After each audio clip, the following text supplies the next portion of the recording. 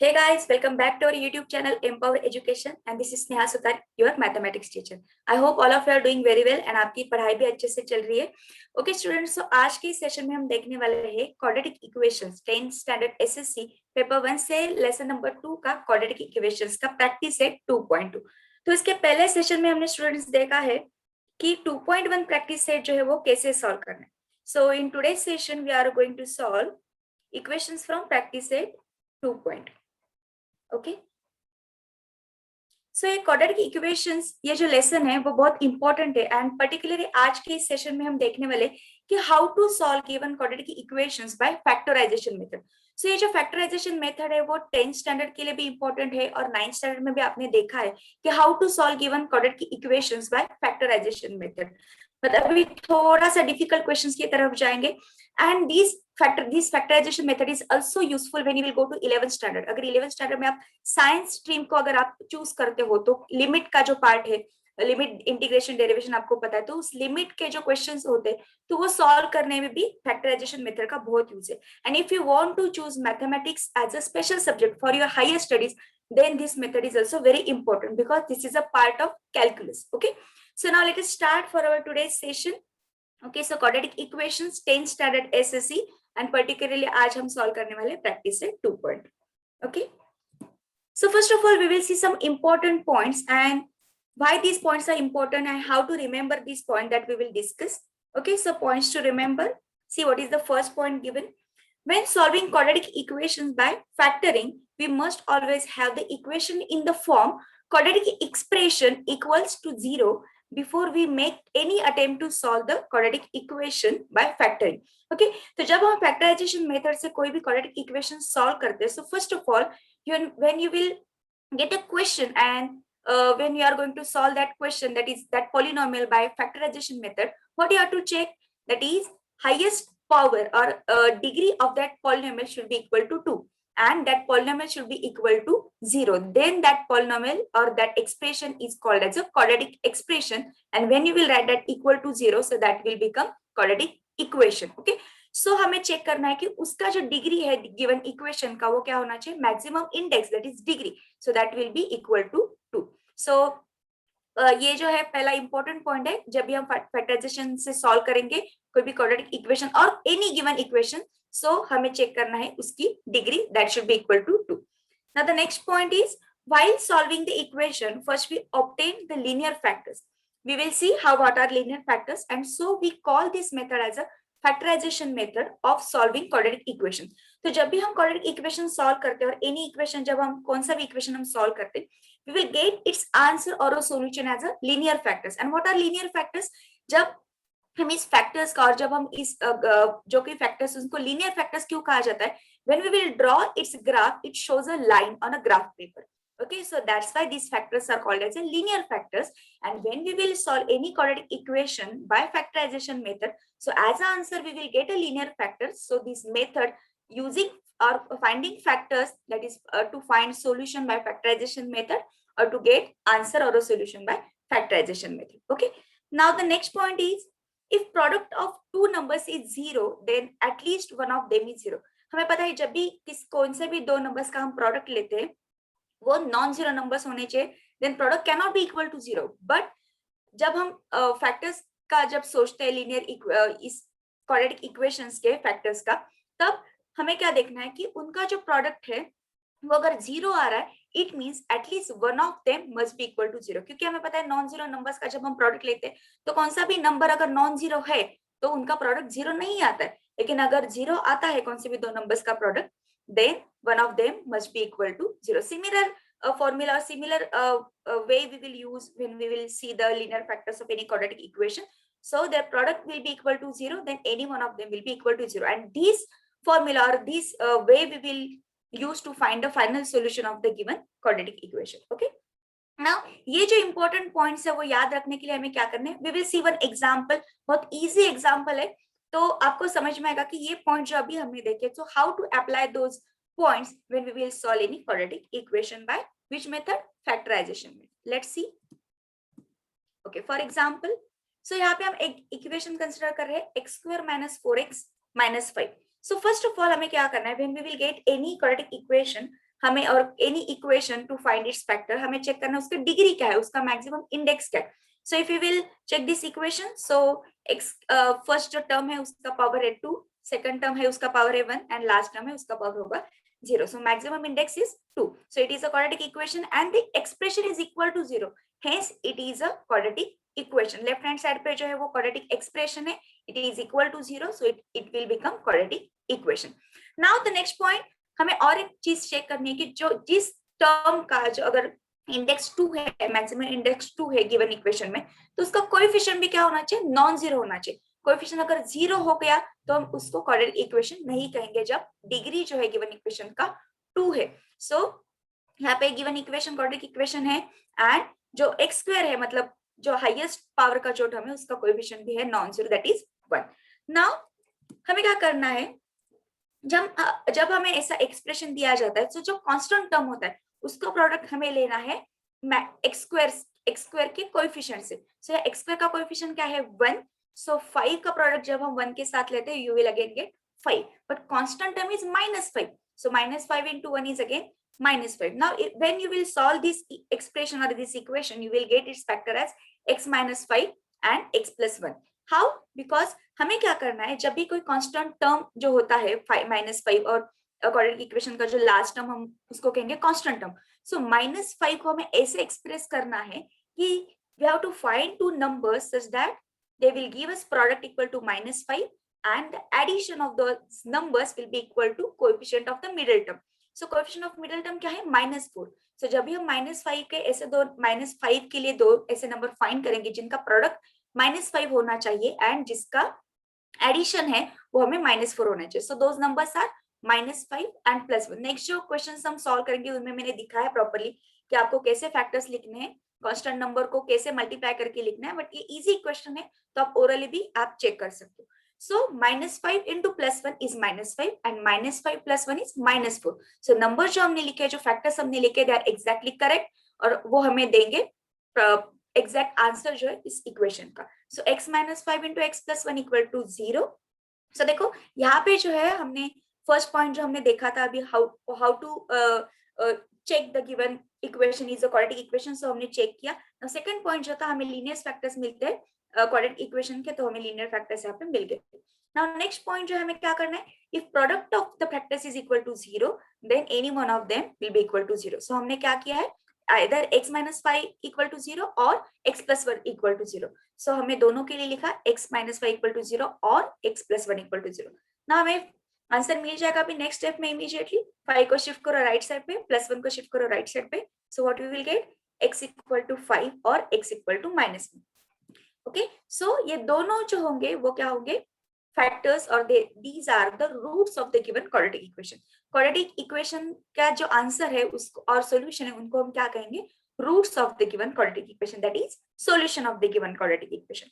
So 5 and -1 are the roots of the given quadratic equation. So x - 5 and x + 1 are two linear factors of quadratic polynomial x² - 4x - 5 = 0. So जब हमें linear factors मिलते हैं, that means we can express the given quadratic equation in the form of these linear factors, because ये linear factors हमें आगे जाके क्या देते हैं, solution of the given quadratic equation. Hence we can express any quadratic equation in the form of product of linear factors. Okay, product of linear two factors हमें होने चाहिए क्योंकि quadratic equation है. So maximum index 2 है, so factors भी हमें 2 ही मिलने चाहिए. Okay, so see what is the last step. So the quadratic equation obtained from x² - 4x - 5 = 0 can be written as x - 5 into x + 1 = 0. Okay, so ये हो गया answer इस question का. तो हमने तीनों पॉइंट जो अभी हमने देखे थे, पॉइंट्स टू रिमेंबर, चेक करना है कि गिवन इक्वेशन का जो इंडेक्स है, मैक्सिमम इंडेक्स, वो 2 होना चाहिए. It has to be quadratic equation and expression will be equal to 0. Then हमें नेक्स्ट हमें जो फैक्टर्स मिलेंगे वो लीनियर फैक्टर्स मिलेंगे एंड थर्ड जो है उनका प्रोडक्ट जो है लीनियर फैक्टर्स का वो 0 आएगा. So then we will write either one of them will be equal to 0. Okay, so हम दोनों के लिए लिखेंगे one of equal to 0, but so हमें मिलेगा उसका solution. Okay, now we will go to the next point.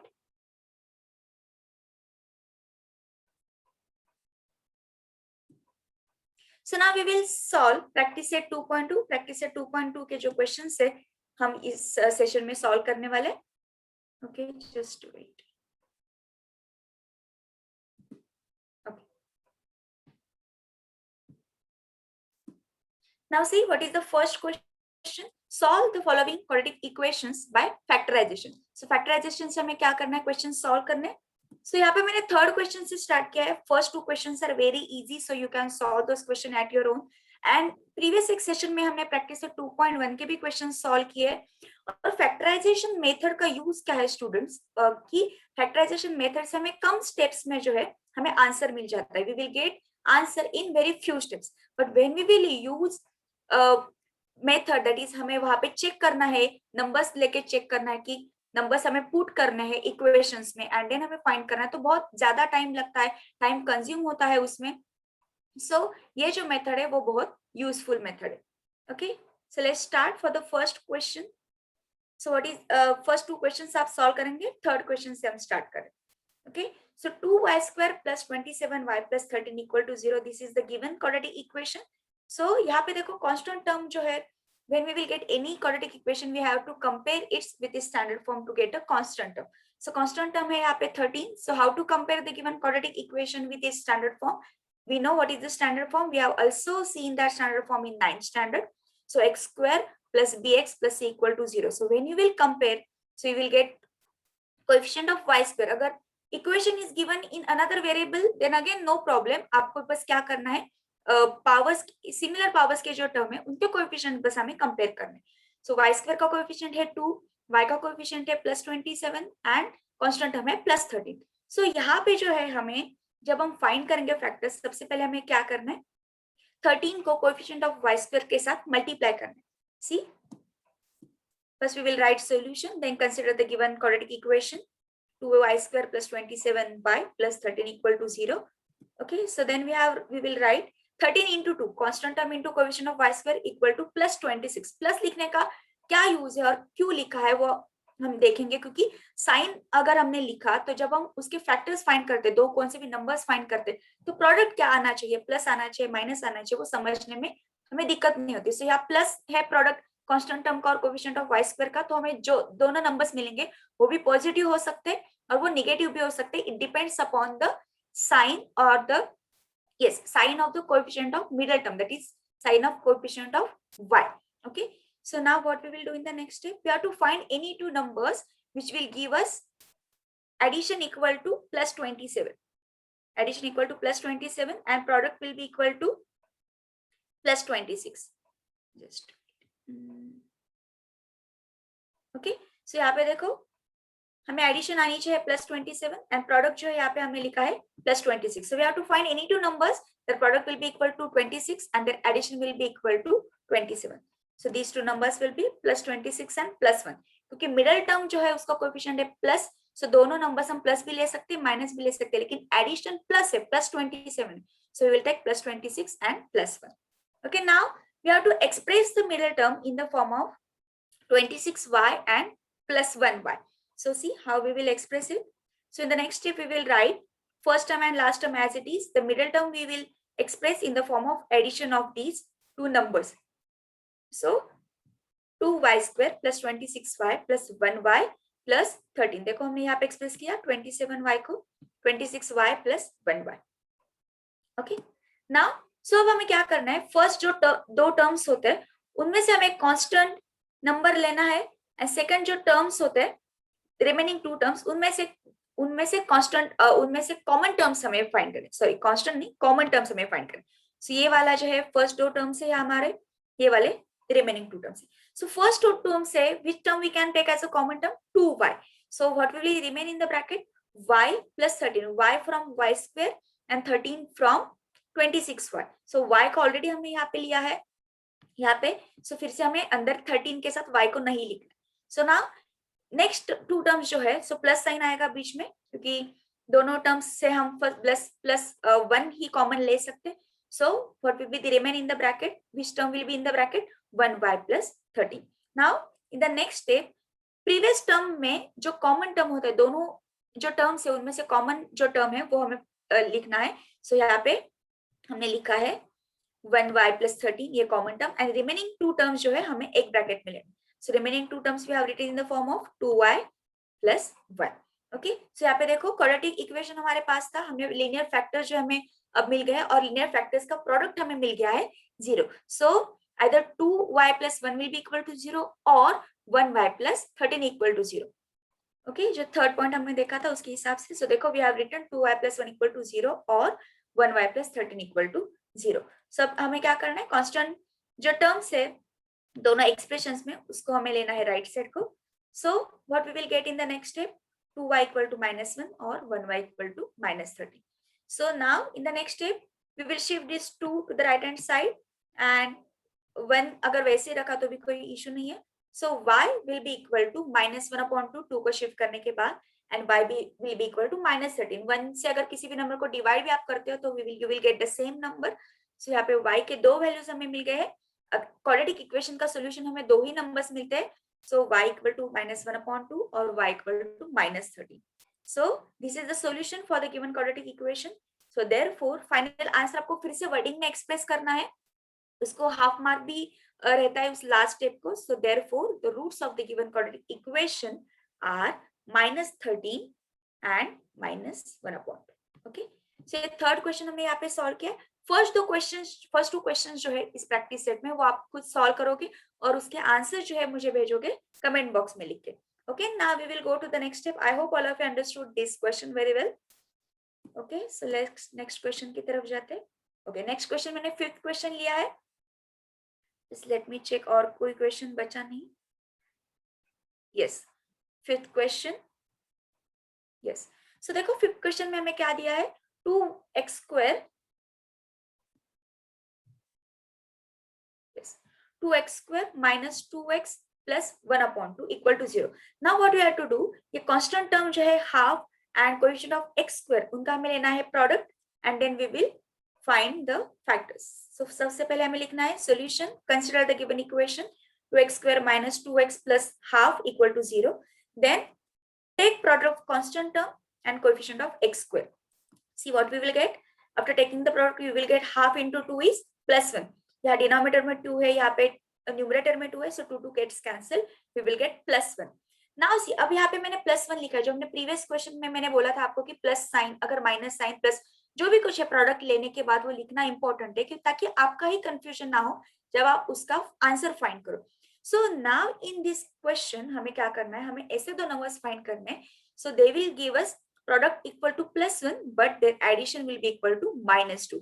So how to get those numbers, see +1 can be written as -1 into -1. So हमें पता है कि minus into minus is +1, but if you will add -1 and -1 you will get it will be equal to -2.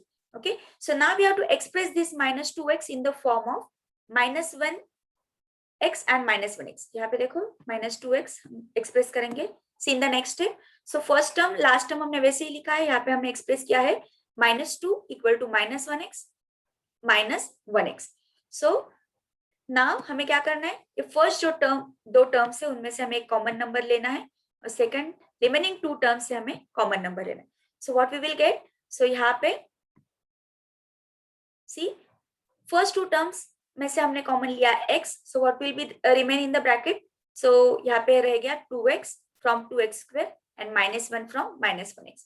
And again from the next two numbers we have taken minus sign as a common, a minus sign common, and we have taken half as a common number. क्यों?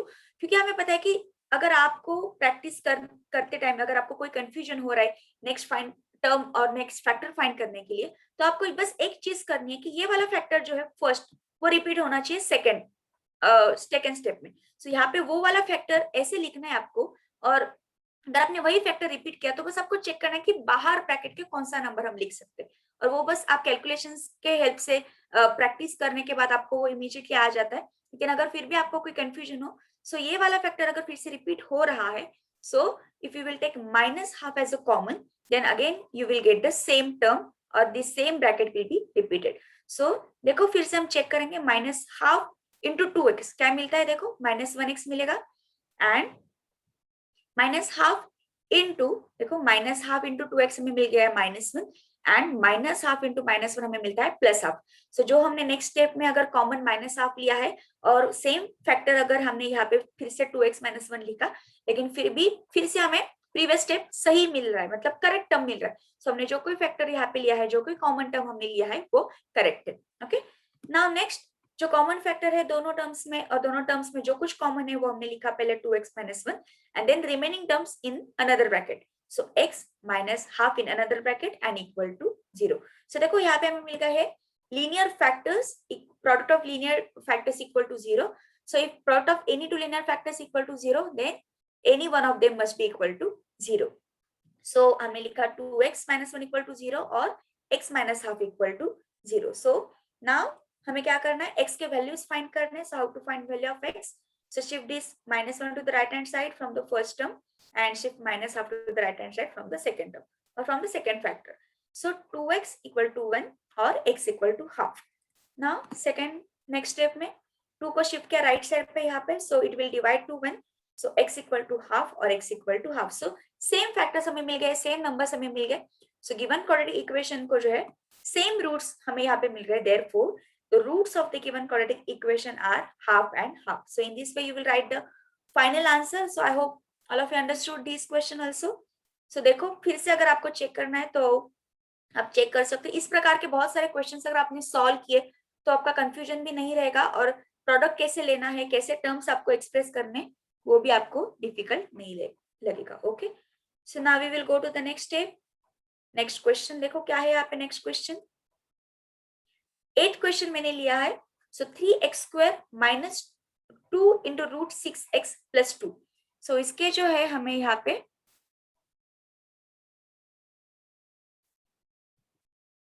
Factors find करने इस question के. सो देखो, right the solution means word solution. Consider the given equation 3x square minus 2 root 6x plus 2. Now यहाँ पे हमें क्या करना है, 2 and 3 मतलब constant term and coefficient of x square का हमें प्रोडक्ट लेना है. So what we will get after taking the product? Yes, so we will get plus 6. दोनों टर्म्स जो है वो पॉजिटिव है. So 3 into 2 is 6 और plus 6. Now we have to find any two numbers such that the product will be equal to plus 6 and their addition will be equal to minus 2 root 6. So how we will find those two numbers? See, minus root 6 and minus root 6. Why minus 2 the both numbers I have given? Because product has to be equal to plus 6 and their addition has to be equal to minus 2 root 6. So देखो अगर आपने ये दोनों numbers add किए, सो coefficient से 1 और root के बाहर कोई नंबर नहीं रहता, मतलब 1 रहता है. सो यहाँ पे और दोनों नंबर सेम है. सो रूट 6 अगर आपने कॉमन ले लिया तो आप एडिशन करोगे -1 एंड -1 का, and addition of minus and minus is again minus, but you have to add those numbers, so that will be -2. So यहाँ पे आपको मिल जाता है -2 रूट 6. सो हमें ये जो मिडल टर्म है -2 root 6x, we have to express that term in the form of -√6 and -√6. So let's see how to express the term. So ये क्वेश्चन बहुत इजी होते हैं स्टूडेंट, ज्यादा कंफ्यूजन आपको हो रहा है तो आप फिर से सॉल्व करके देख लो. ये क्वेश्चन बहुत इजी है. प्रैक्टिस जितना आप करोगे उतना आपको इजी लगेगा ये मेथड. बस रूट के क्वेश्चन जब आते हैं और रैशनल नंबर जब आते हैं तो थोड़ा आपको डर लगता है कि कैसे फाइंड करें, लेकिन if you will practice this questions so many times then you will be perfect in that. Okay, so don't worry. Now see, so सबसे पहले हमने एक्सप्रेस किया ये √6 -2 √6 in the form of -6 and -6. See, यहाँ पे -2 √6 हमने एक्सप्रेस किया in the form of -√6 and -√6. Okay, now in the next step देखो यहाँ पे मैंने ये क्यों लिया है, -√6 can be expressed as √3 into √2 and then 3 can be expressed as √3 and √3. So this will help us in the next part. I will show you. See, यहाँ पे जो है अब हमें फर्स्ट दो टर्म्स जो है उनमें से हमें कॉमन लेना है एक टर्म, और सेकंड जो टर्म्स है उनमें से भी हमें कॉमन लेना है. तो फर्स्ट जो टर्म्स है यहाँ पे 3x स्क्वायर माइनस √6x, उनमें से हम क्या कॉमन ले सकते हैं. रूट से तो हमें नॉर्मली अगर हमने दोनों नंबर्स ऐसे ही देखे तो हम कौन सा भी टर्म हम कॉमन नहीं ले सकते ऐसे हमें लगता है. लेकिन अगर आपने उन दो नंबर्स को फिर से दो अलग नंबर्स के फॉर्म में अगर एक्सप्रेस किया तो उन दोनों में जरूर कुछ तो कॉमन है. So √6 can be expressed as √3 into √2, क्योंकि रूट का प्रोडक्ट जो है वो बस नंबर का प्रोडक्ट होता है और उसको पूरा स्क्वायर रूट हम देते हैं. So 6 can be written as 3 into 2. So √6 can be written as √3 into √2. And 3 कोई भी नंबर हम उसके रूट के फॉर्म में लिख सकते हैं. So √3 into √3 is again 3. So first दो नंबर्स जो है, देखो यहाँ पे क्या नंबर कॉमन है, बस एक √3 कॉमन है, राइट. सो यहाँ पे एक √3 कॉमन ले लिया, दोनों में x प्रेजेंट है तो x कॉमन ले लिया. सो ब्रैकेट में क्या रहेगा, इस पहले 3 से ये वाला √3 रिमेनिंग यहाँ पे रह गया विथ x एंड माइनस यहाँ पे रह गया √2. ओके, सो यहाँ पे हमने एक्सप्रेस किया है फर्स्ट दो टर्म्स को ऐसे इन दिस वे हमने एक्सप्रेस किया.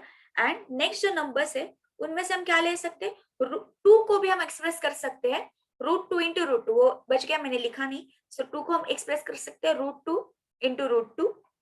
सो इन दोनों में से हम क्या कॉमन ले सकते हैं, √2, क्योंकि √6 में भी √2 प्रेजेंट है और 2 में भी जो है वो √2 प्रेजेंट है. 2 को हम लिख सकते हैं, ये थोड़ा हैंडराइटिंग खराब आ सकता है, so please understand. Okay, so you can understand, I think. So लिखने की जरूरत नहीं है. ओके ओके, सो √2 को हम लिख सकते हैं √2 into √2.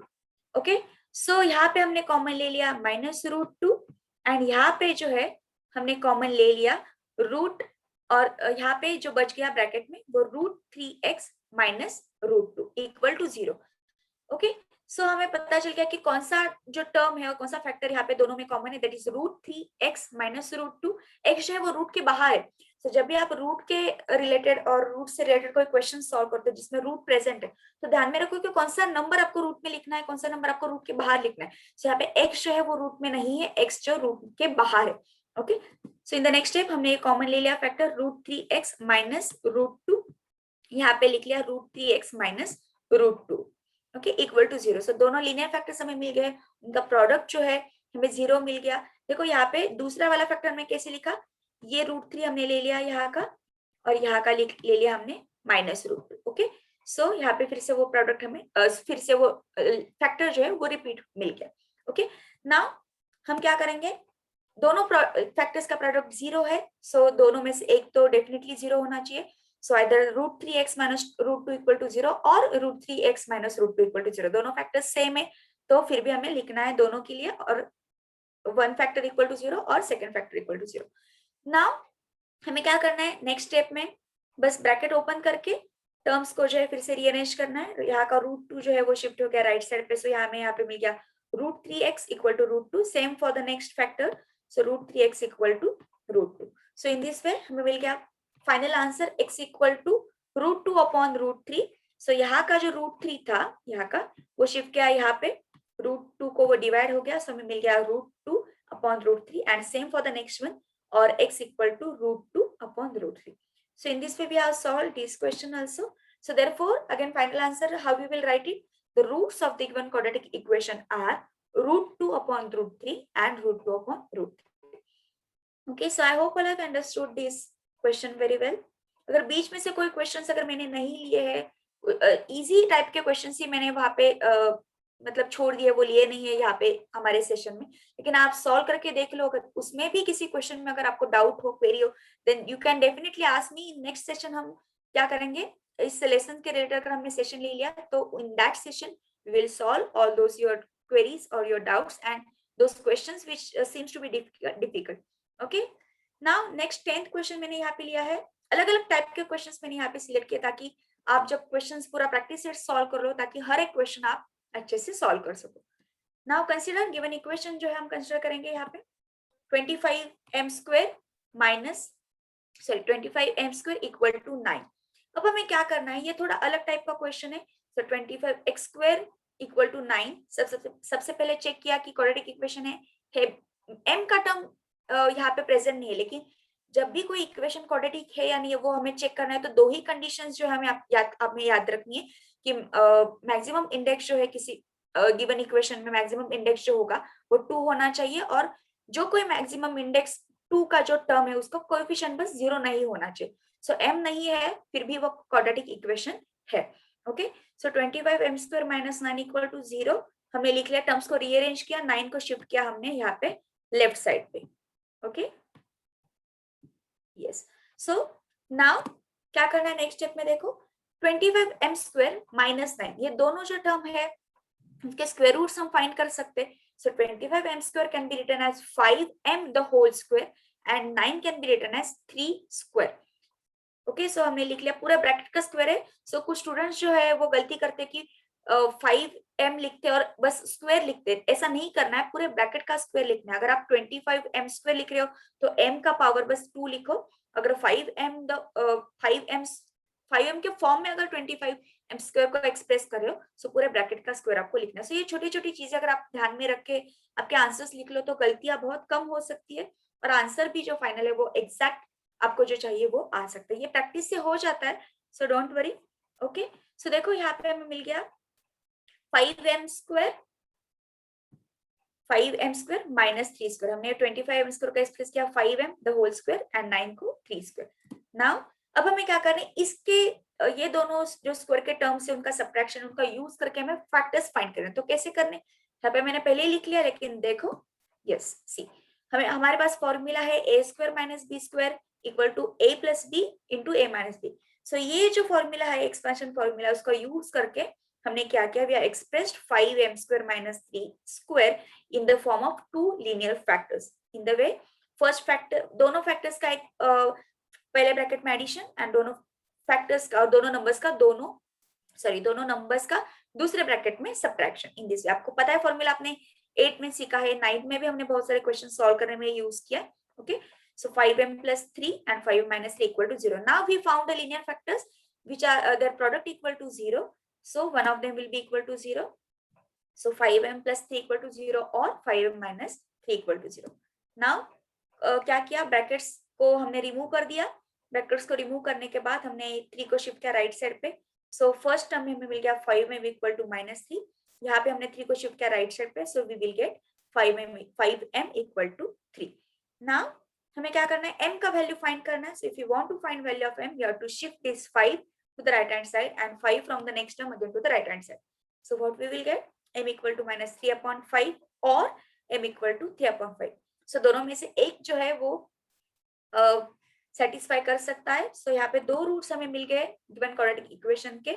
सो फाइनल आंसर हम लिखेंगे, therefore the roots of the given quadratic equation are minus 3 upon 5 और 3 अपॉन 5.